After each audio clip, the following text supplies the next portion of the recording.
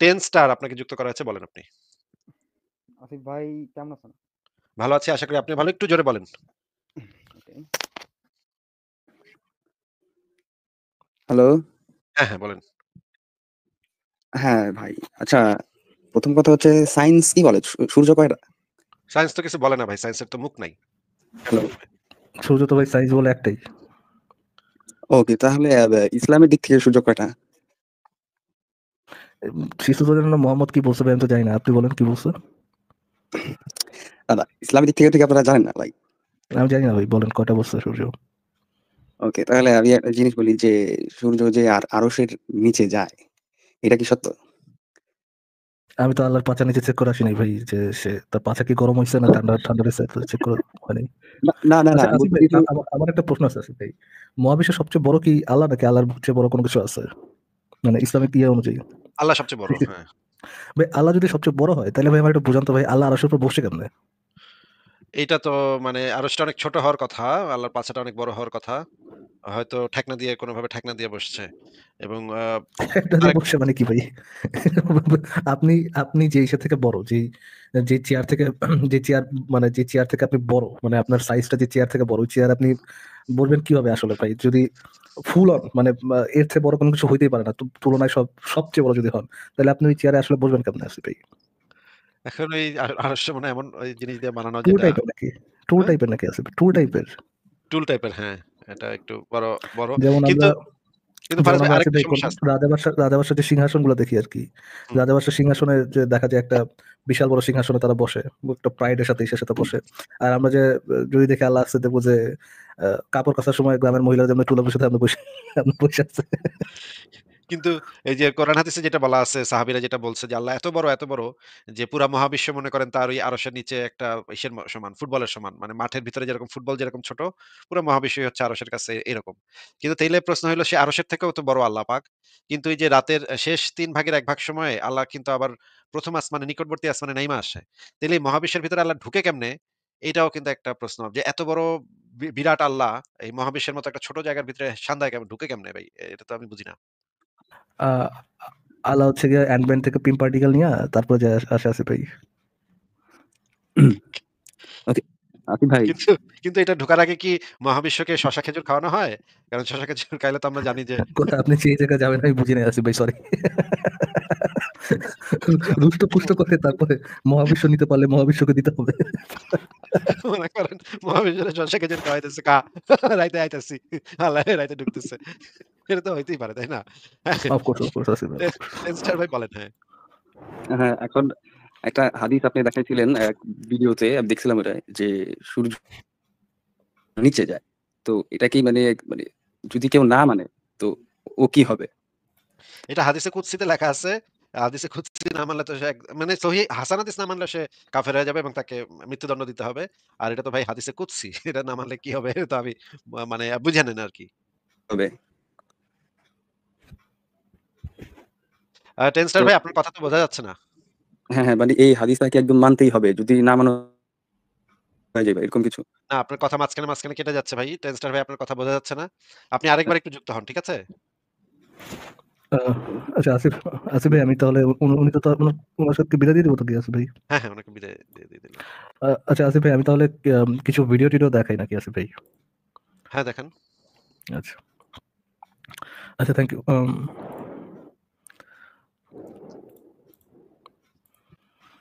আপনি এই নিউজটা জানেন কিনা? এটা খুব একটা ইন্টারেস্টিং নিউজ। আপনি দেখছেন কিনা আসিফ ভাই? বাংলাদেশ নিয়ে যে চরম একটা চক্রান্ত চলতেছে, এইটার একটা উল্লেখ আরকি হুজুর সাহেব করবেন, একটু দেখেন কি বলেন। অবস্থার দৃষ্টি মনে হচ্ছে ফ্যাসিস্ট আওয়ামী সরকার ও তাদের দোসররা যুগ সাজস করে সাতপন্থীদের মাধ্যমে দেশকে অস্থিতিশীল করার একটি নীল নকশা করেছিল। আচ্ছা, এটা কনটেক্সট হচ্ছে সাতপন্থী আর জুবাইরপন্থীদের মধ্যে যে ঝামেলা হচ্ছে, এটার সাথে আরকি আওয়ামী লীগ জড়িত, বুঝছেন? আওয়ামী লীগের ঢুকাই দিচ্ছে এর ভিতরে। আওয়ামী লীগ হচ্ছে সাতপন্থীদের ধোঁকা দিচ্ছে।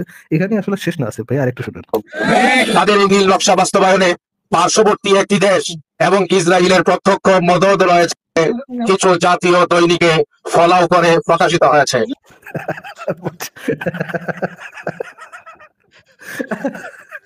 এদের তো কোনো কিছু মানে কোনো প্রমাণ তাদের দেখাইতে হবে না। তাহলে বলতে সমস্যাটা কোথায়? আপনি হুদাই হাসতেছেন ভাই। এদের তো ভালো তো। যেকোনো জায়গায় লাগায় দিব। অসুবিধা ভাই নেই।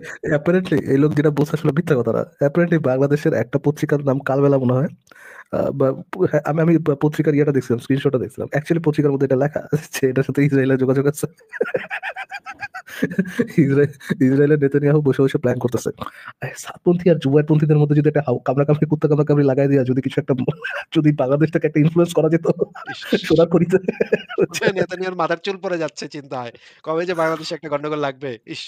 হ্যাঁ, বাংলাদেশ আর নাম যদি তাবলিগ নাম জামাতের মধ্যে জিজ্ঞেস করলে গন্ডগোল না লাগে। হ্যাঁ, সরি। ভাই মানে নেতানিয়াহুরে বাংলাদেশের নাম জিজ্ঞেস করলে ও চিনতে পারবো কিনা যে এটা কোন মহাদেশে? এটা হইলেই তো আমি অবাক হয়ে যাবো যে সে বাংলাদেশটা চিনে? ওয়াও! ফ্যান্টাস্টিক। হ্যাঁ, মানে তার তো ভাই রাতের ঘুম হারাম হয়ে গেছে। যদি তাবলিগ জামাতের মধ্যে কোনো একটা ঝামেলা না হয়, তাহলে কেমনে হবে? এবার বিশ্ব ইজতেমার মধ্যে যদি একটা ঝামেলা সে করতে না মানে ঝামেলা সে বাঁধাইতে না পারে, তার রাতের ঘুমটা ঠিকমতো হবে কিভাবে? সে তো ভাই অস্থিতিশীল হয়ে যাচ্ছিল। ইসরায়েল ভূখণ্ড তো একেবারে ধ্বংস হয়ে যাবে যদি টঙ্গী ইজতেমার মধ্যে কোনো ঝামেলা না হয়। তো ঠিকই তো আছে ভাই। নেতানিয়াহু তো অবশ্যই এটার সাথে জড়িত হইতেই হবে। তো আরেকটা জিনিস দেখা যাচ্ছে ভাই। আম আপনি তো এতদিন ধরে শুনে আসেন আসিফ ভাই যে ইসের সাথে যে আপনার আইসিস এর সাথে ইসের কোনো যোগাযোগ নাই। আইসিস হচ্ছে সখী ইসলামিস্ট না। এই কথাটা আপনি শুনছেন নাকি আসিফ ভাই? আইসিস সম্পর্কে শুনছি কারণ আইসিসটা তখন হারতেছিল তখন এটা শুনছি। যদি আইসিস জিততো তাহলে আমি শুনতাম যে আইসিসটাই হচ্ছে সহি ইয়া। এখন আবার দেখতেছি ফারাজ ভাই এই যে যখন তালেবানরা মাইর খেতেছিল তখন শুনতাম যে তালেবানরা নাকি সহি মুসলমান না। এখন আবার শুনতেছি আফগানিস্তান তো ইয়া হয়ে গেছে, আমেরিকান আর্মি মুক্ত হয়ে গেছে। এখন আবার অনেকের মুখে শুনতেছি তালেবানরাই নাকি সহি মুসলমান। এটা নাকি ঠিকই আছে। Of course. তো আইসিসের বেলাতেও একই ঘটনা ঘটবে, তাই না? আচ্ছা, তাহলে মানে আইসিস তো শেষ ভাই। মানে ইয়া এসে ওই আপনার আবু বকর আল বাগদাদিরা যখন কুকুর ছেড়ে দিয়ে মারলো আরকি। আপনি তো জানেন আসিফ ভাই বাগদাদির পিছে কুকুর ছেড়ে দিছিল। পরে যে টানেলের মধ্যে লুকায় ছিল, টানেলে কুকুর ছেড়ে দিছিল। তো কুকুর যেয়ে যখন কামড়ায় মেরে ফেলাবে, ওই সময় সে আরকি নিজের গায়ে বোম লাগায় ফুইটা গেছে আরকি। আশেপাশে ২ টা বাচ্চা ছিল, বাচ্চাও মারা গেছে। তো হ্যাঁ, এটা তো ইয়া আমি জানি না। এটা তো আমি জানতাম হ্যাঁ, না। হ্যাঁ, হ্যাঁ, আপনি একটু সার্চ করে দেখেন। এবং ডোনাল্ড ট্রাম্প বলছিল আরকি যে, "he lived like a dog, he died like a dog" এরকম করে বলছিল। তো এনিহাউ ইয়া আ আইসিস সম্পর্কে মানে আমরা তো বাংলাদেশে তো ওভারঅল সবসময় বলা হয় যে আইসিস হচ্ছে আপনার বেদাতি। তারা ইসলামিস্ট না, তারা হচ্ছে আমেরিকার ষড়যন্ত্র, আমেরিকা বানাইছে। আমেরিকা ইসলামকে খারাপ করার জন্য আইসিসের মতো একটা জঙ্গি বানাইছে। কি যেন ফর একটা এক্সাম্পল তারা কি যেন একটা তারা বানাইছিল যে আইসিস মানে ইসরায়েল কি যেন ডিফেন্স সিকিউরিটি কি যেন একটা বানাইছিল তারা। আমি এটা শুনছি বাংলাদেশের টিভিতে ওই যে আসাদুজ্জামান নূর আর ওই যে আনিসুল হক এই ২ জন মিলা এটা নিয়ে কি যেন একটা বাবা! জোক ভাই করছিল। দুনিয়ার সবচেয়ে বড় বিজ্ঞতার কাছে শুনছেন তাইলে। আ আচ্ছা তাইলে একটু দেখেন আপনি বান্দার সাথে ইয়ে করতে গেছিলেন। এই বান্দারে হয়তোবা চিনতে পারতেছেন। ওই যে যে কার সাথে জানি ডিবেট হ্যাঁ, হওয়ার কথা ছিল ভাই? হেফাজতে ইসলামের হারুন ইসা এটাই। হ্যাঁ, হেফাজতে ইসলামের হারুন ইসা। তো হারুন ইসার এই যে আপনার এই যে চ্যাংড়ার সাথে ডিবেট করতে গেছিলেন, এই চ্যাংড়া দেখেন মানে আইসিস সম্পর্কে কি বলে? আইসিস কি বাতিল নাকি আইসিস হকপন্থী? দেখেন কি বলে। রাসূলুল্লাহ সাল্লাল্লাহু আলাইহি ওয়াসাল্লাম একসাথে একবার সব কাফের মধ্যে লড়াই করেন। মক্কার মধ্যে আবু তালেব ছিল ওনার সাথে। মদিনার মধ্যে ইহুদিদের সাথে চুক্তি করে ফেলছেন। তখন করছেন কিনা? একটা পক্ষে চুক্তি করছেন ইহুদিদের। এভাবে চুক্তি, শান্তি, লড়াই সবটা কৌশল। এটা নিয়ে বুঝতে হবে আমাদেরকে। খালি আপনি কৌশলহীনভাবে আপনি কথা বলে সেটা হবে না। যেটা আইএস করছিল সবারই দুশমন। সবারই দুশমন বানিয়েছে।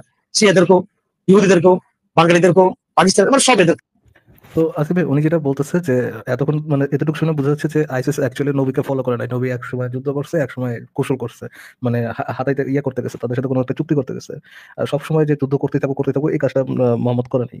তো উনার এতটুকু কথা শুনে তো মনে হচ্ছে ভাই আইসিস হচ্ছে গিয়া সকিনা। তাই না? এরকমটাই মনে হচ্ছে না আসিফ ভাই? হুম, হুম, হুম। তো তো দেখেন উনি এরপরে কি বলে আরকি। সরি। খারাপ। ওর ধ্বংস হয়ে গেছে। কিরা? বাড়াবাড়ি করি না। খ্রিস্টান মানে সব এদের খারাপ। ওর ধ্বংস হয়ে গেছে। বাড়াবাড়ি করি না। তুই কিরা? বাড়াবাড়ি করি না। আবু বকর বাগদাদি ভিডিও দেখাচ্ছে।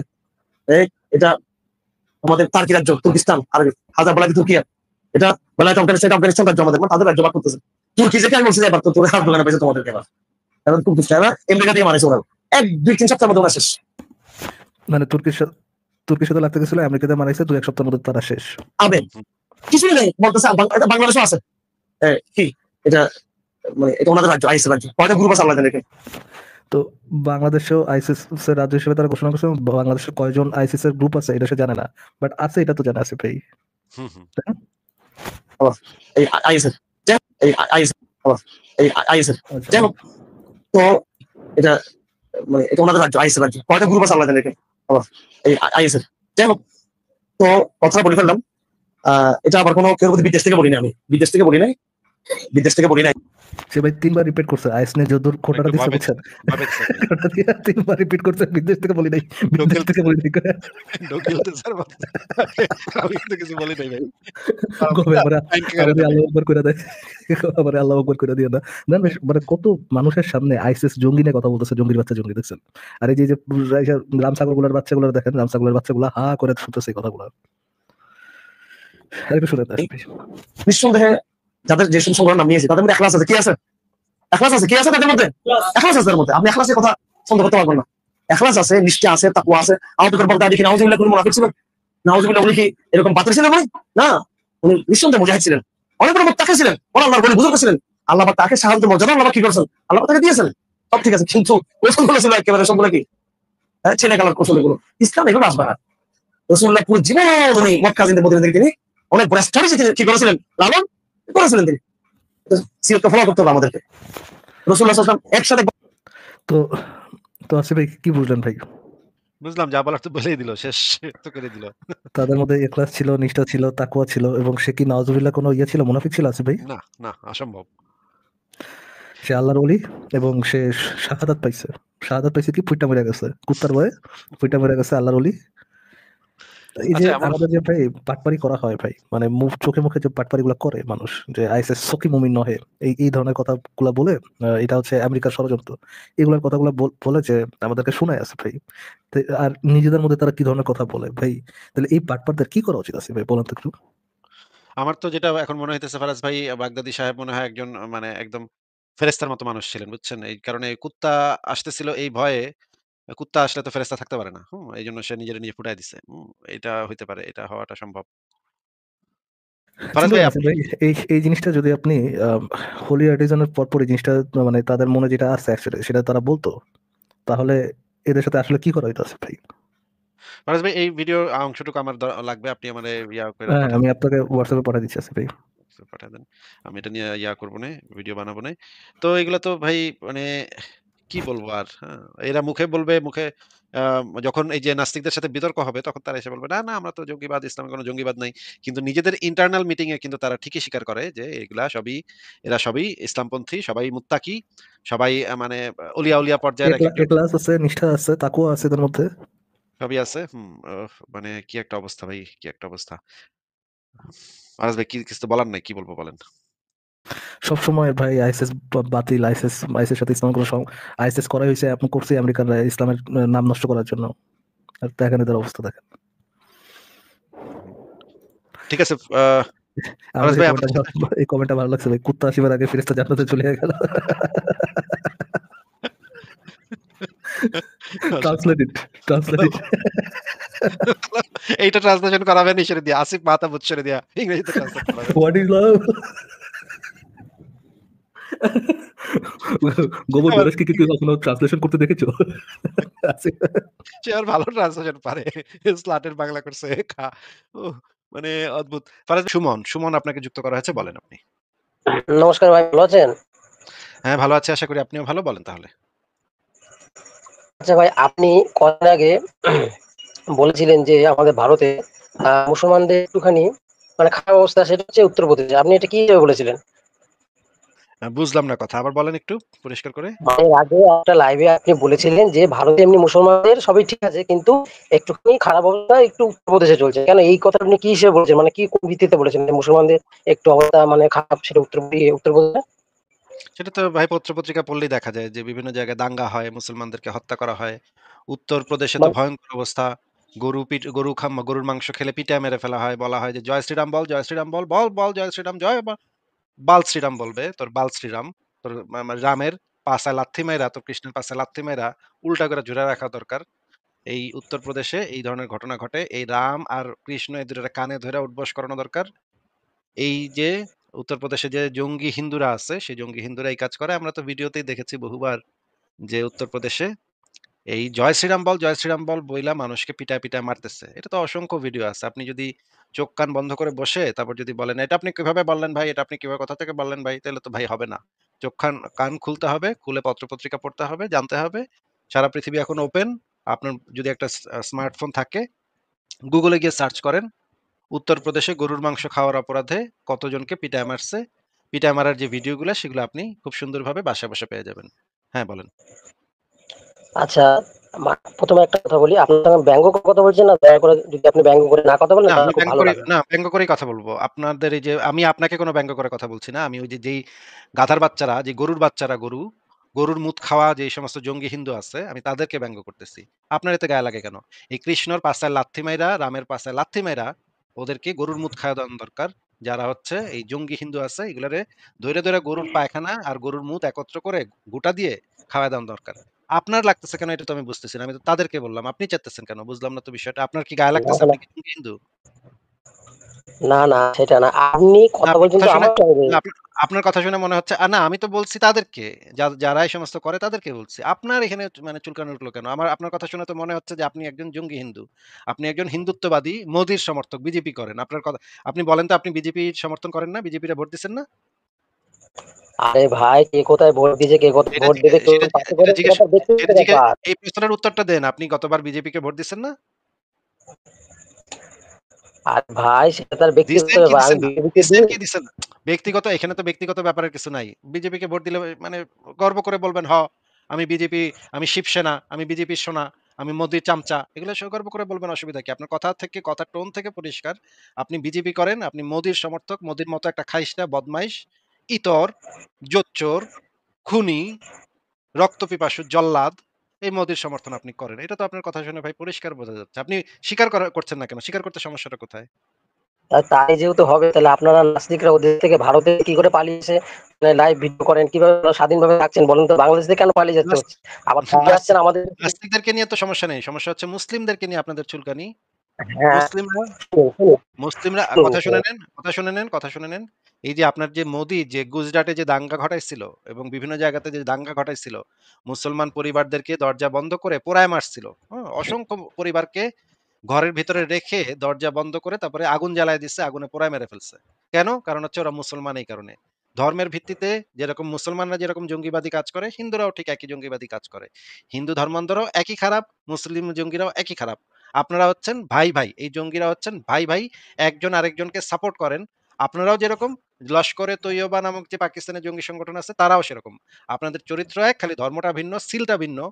কিন্তু ভেতরে সবকিছু আপনাদের এক। আপনারা একই ধর্মের ভিত্তিতে মানুষকে ভেদাভেদ করেন, ধর্মের ভিত্তিতে মানুষকে ঘৃণা করেন, মানুষের ভিতরে সাম্প্রদায়িকতা তৈরি করেন, বিদ্বেষ তৈরি করেন। আপনারা হচ্ছেন মোদির সমর্থক। মোদির মতো একটা মানে বদমাইশ, ইতর, বাটপার, একটা জল্লাদ, একটা খুনি এটার সমর্থন আপনারা করেন। ছি, ছি, ছি, ছি! আপনাদের কি লজ্জা করে না ভাই?